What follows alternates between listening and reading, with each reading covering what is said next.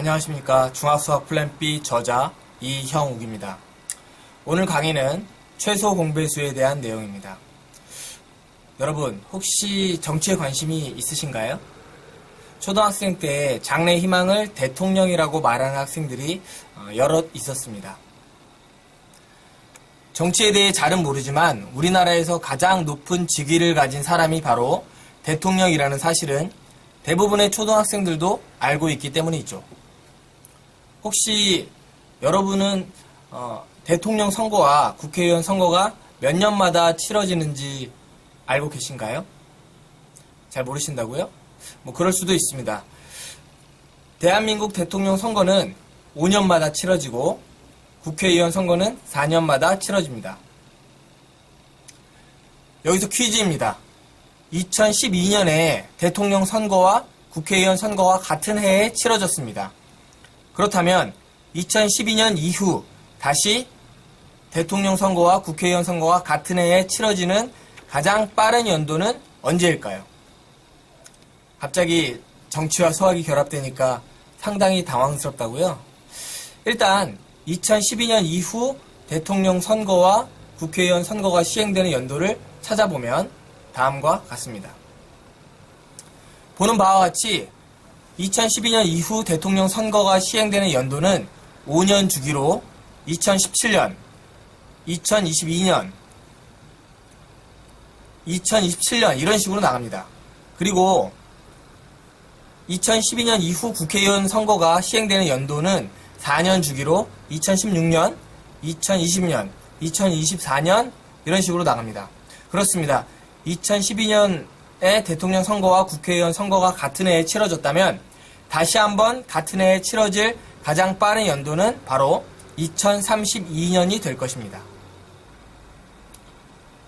그렇다면 2032년 이후에 또다시 대통령 선거와 국회의원 선거가 함께 치러질 연도는 언제일까요?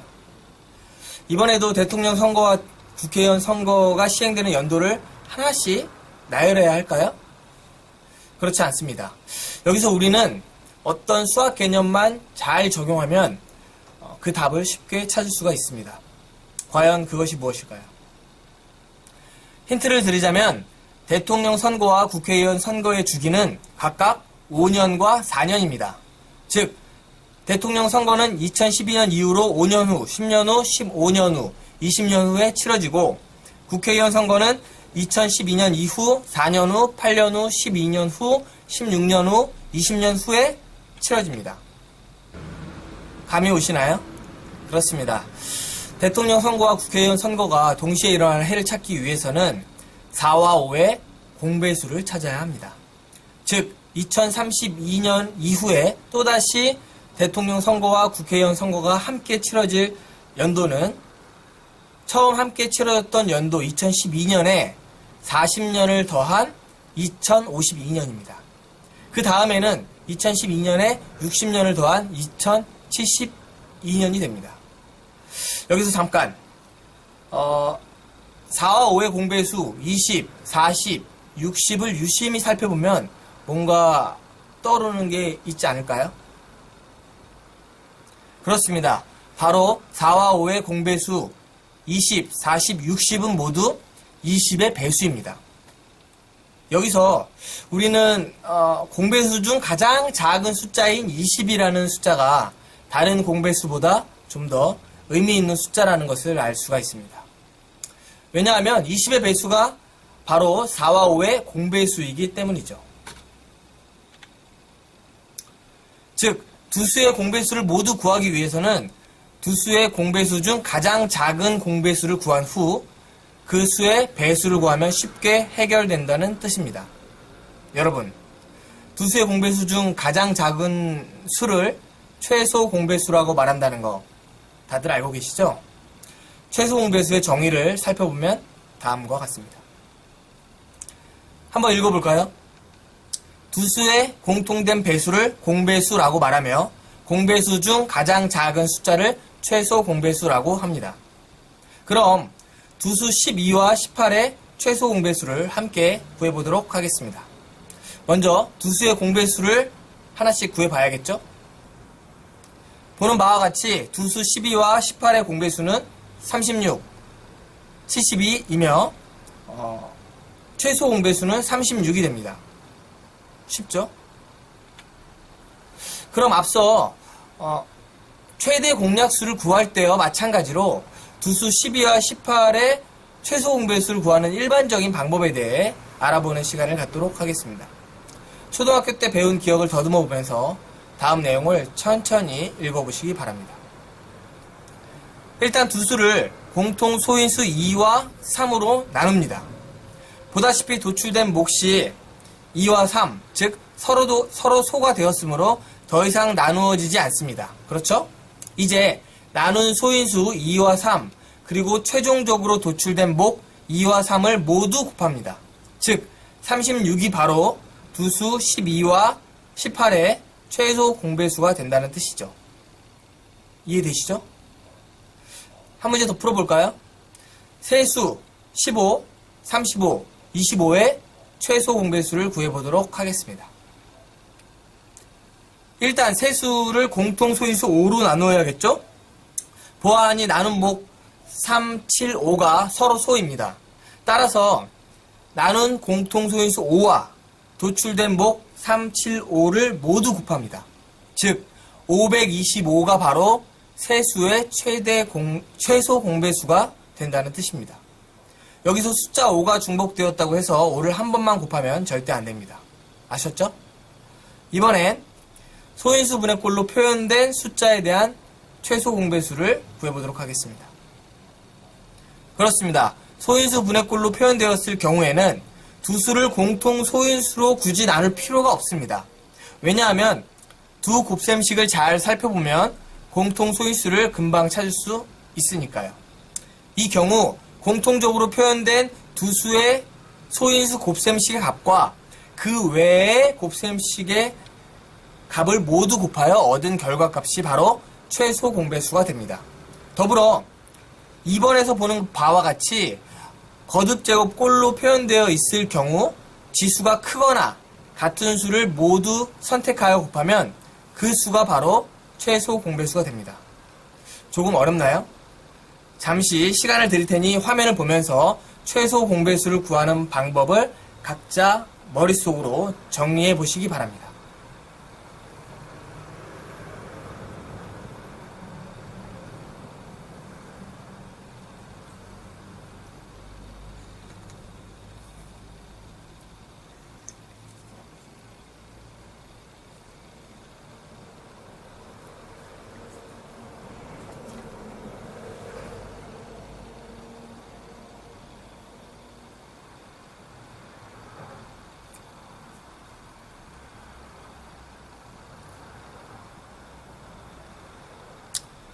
대충 정리가 되었나요? 최소 공배수를 구하는 방법을 정리하면 다음과 같습니다. 두수를 공통 소인수로 반복하여 나눕니다. 나눈 몫이 서로 소가 될 때 나눈 소인수들과 최종적으로 도출된 몫을 모두 곱합니다. 두 번째로 소인수 분해된 두수의 최소 공배수를 구하기 위해서는 두수의 공통적으로 표현된 소인수 곱셈식의 값과 그 외의 곱셈식들의 값을 모두 곱합니다. 거듭제곱의 지수를 비교할 경우 지수가 크거나 같은 수를 모두 선택하여 곱합니다. 이해되시죠? 생명의 섭리를 연구하다 보면 최소 공배수가 적용된 사례를 여럿 찾을 수가 있습니다. 그중 하나가 바로 매미의 생애주기인데요. 매미는 땅속에서 일정 기간 애벌레로 지내다가 땅 위로 나와 성충이 됩니다. 성충으로 2주에서 4주 남짓한 기간 동안 번식하고 생을 마감하는데요. 보통의 매미는 땅속에서 7년 동안 애벌레로 지내지만 북아메리카의 어떤 매미들은 자그마치 13년, 17년 동안이나 애벌레로 지낸다고 합니다. 가끔씩 자연 다큐멘터리 프로그램에서 한꺼번에 태어나는 이제 매미떼를 보여주곤 합니다. 여기서 퀴즈입니다. 매미의 종류와 애벌레의 기간이 다음과 같이 주어졌을 때 새 매미가 모두 성충으로 함께 태어나는 해는 최소 몇 년에 한 번씩 돌아올까요? 잠시 질문의 답을 스스로 찾아보는 시간을 가져보시기 바랍니다. 시간은 30초 드리겠습니다.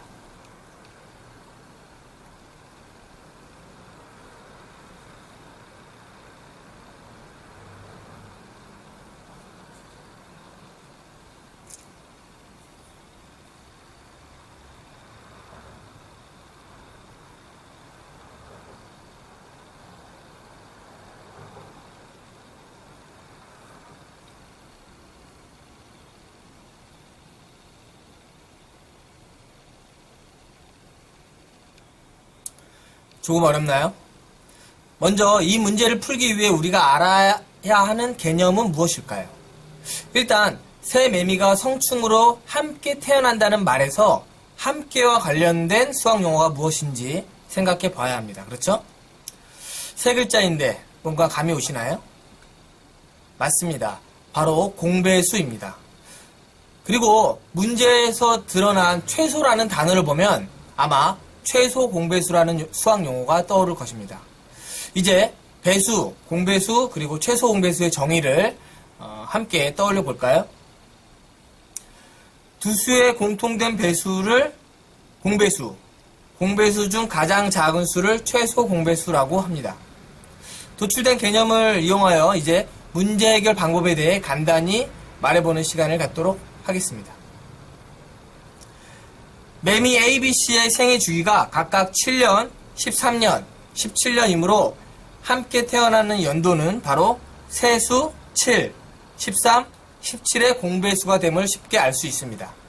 문제에서 세 매미가 모두 성충으로 함께 태어나는 해의 주기가 최소 몇 년인지 물어봤으므로 세수 7, 13, 17의 최소 공배수를 찾으면 쉽게 정답을 구할 수 있을 것입니다. 그럼 7, 13, 17의 최소 공배수를 찾아 문제의 답을 구해보도록 하겠습니다.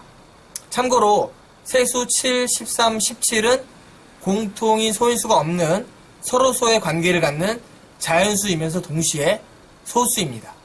그렇죠?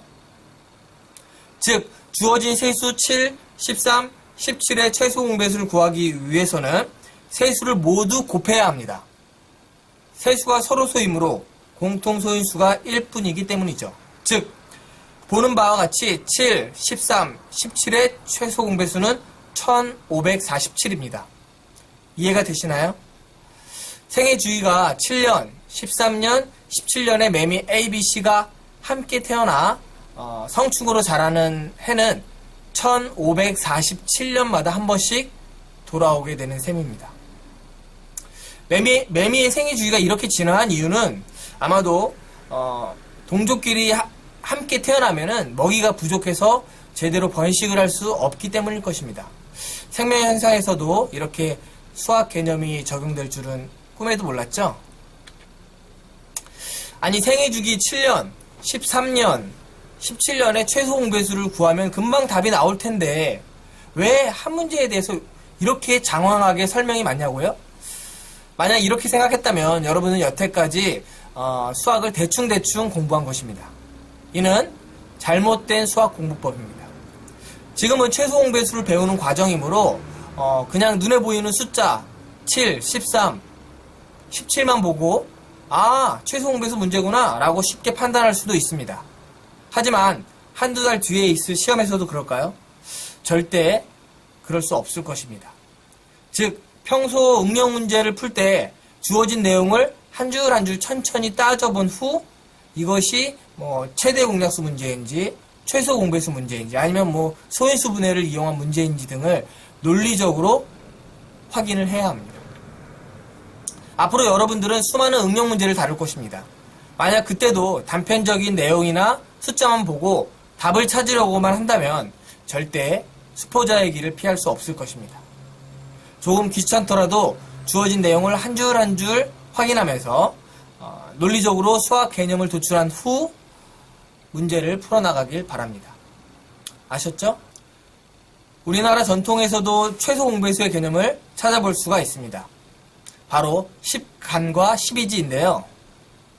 예로부터 우리 조상들은 하늘을 뜻하는 10간과 땅을 뜻하는 12지를 이용하여 그 해의 이름을 표현하였습니다. 다들 알고 계시죠? 참고로 2017년은 정유년, 2018년은 무술년입니다. 또한 이렇게 표현된 해의 명칭은 역사적인 사건의 명칭으로도 사용됩니다. 임진년에 일어난 외란인 임진외란, 갑신년에 일어난 정변인 갑신정변이 그러합니다. 모두 역사책에서 본 사건들이죠. 여기서 퀴즈입니다.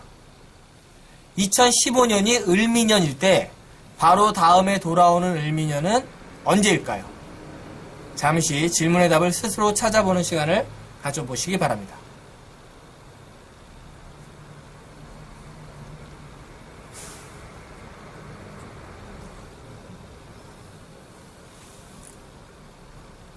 답을 찾으셨나요? 먼저 이 문제를 풀기 위해서 우리는 어떤 개념을 알아야 할까요? 일단 을미년, 즉 10간의 을과 12지의 미가 함께 반복된다는 내용으로부터 이와 관련된 수학 용어를 떠올려 봐야 할 것입니다. 뭔가 떠오르는 것이 있나요? 함께 반복된다. 이 말로부터 여러분의 머릿속에 공배수라는 개념이 떠올랐다면 문제의 70% 이상을 맞춘 것과 다름이 없습니다. 서로 다른 두 개의 상황이 동시에 일어날 때 그 결과를 예측하기 위해서는 공통된 부분을 찾아야 하는데 여기서 그 공통된 부분이 바로 공배수인 것입니다. 그리고 바로 다음에 돌아오는 이라는 말은 반복 주기가 최소가 된다는 말과 같습니다. 이와 연관된 수학 용어로는 당연히 최소 공배수가 되겠죠? 그럼 공배수와 최소 공배수의 개념을 가지고 어떻게 문제를 해결해야 할지 간단히 말해보는 시간을 갖도록 하겠습니다. 10간과 12지의 반복 주기는 각각 10년과 12년입니다. 그리고 10간과 12지가 동시에 반복되는 최소 주기는 바로 10과 12의 최소 공배수가 될 것입니다. 즉 10년과 12년의 최소 공배수만 찾으면 우리는 쉽게 문제의 답을 구할 수 있다는 말이죠. 그럼 10년과 12년의 최소 공배수를 찾아 답을 한번 구해볼까요? 잠깐, 두 수를 소인수분해하여 최소 공배수를 구할 경우 거듭제곱의 지수가 크거나 같은 수를 모두 선택하여 곱한다는 사실 다들 알고 계시죠? 보는 바와 같이 10과 12의 최소 공배수는 60입니다. 다시 말해 을미년은 10과 12의 최소 공배수인 60년마다 반복되는 셈입니다. 따라서 2015년이 을미년이었다면 10과 12의 최소 공배수인 60년을 2015년에 더한 2075년도 을미년이 될 것입니다. 더불어 2015년에 120년과 180년 등을 더한 2135년, 2195년 또한 을미년이 될 것입니다. 그렇죠? 마지막으로 한 문제만 더 풀어보겠습니다. 어떤 도서관에서는 3분마다 학생 5명이 나가고 2분마다 학생 3명이 들어온다고 합니다. 현재 이 도서관에 100명의 학생이 있었다면 몇 시간이 지나야 도서관에는 1명도 남아있지 않을까요? 잠시 질문의 답을 스스로 찾아보는 시간을 가져보시기 바랍니다.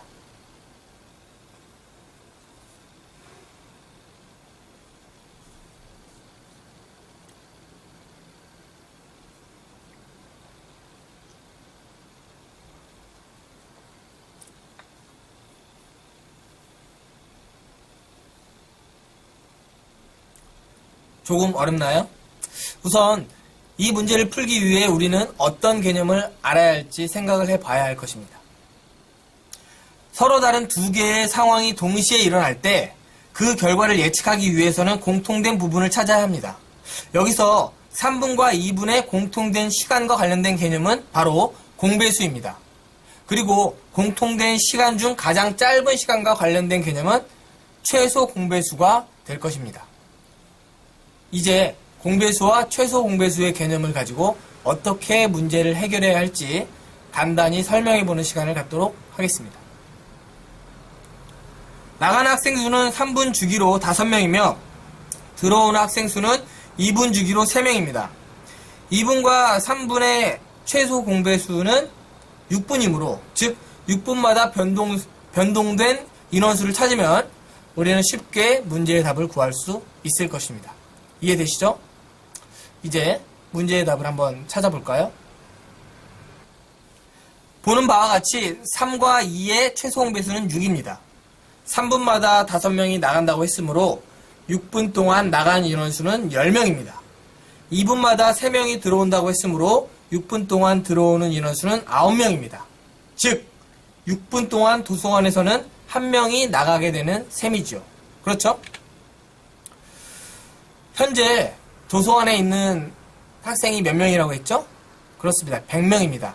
이 100명이 모두 나가기 위해서는 600분이 소요된다는 뜻입니다.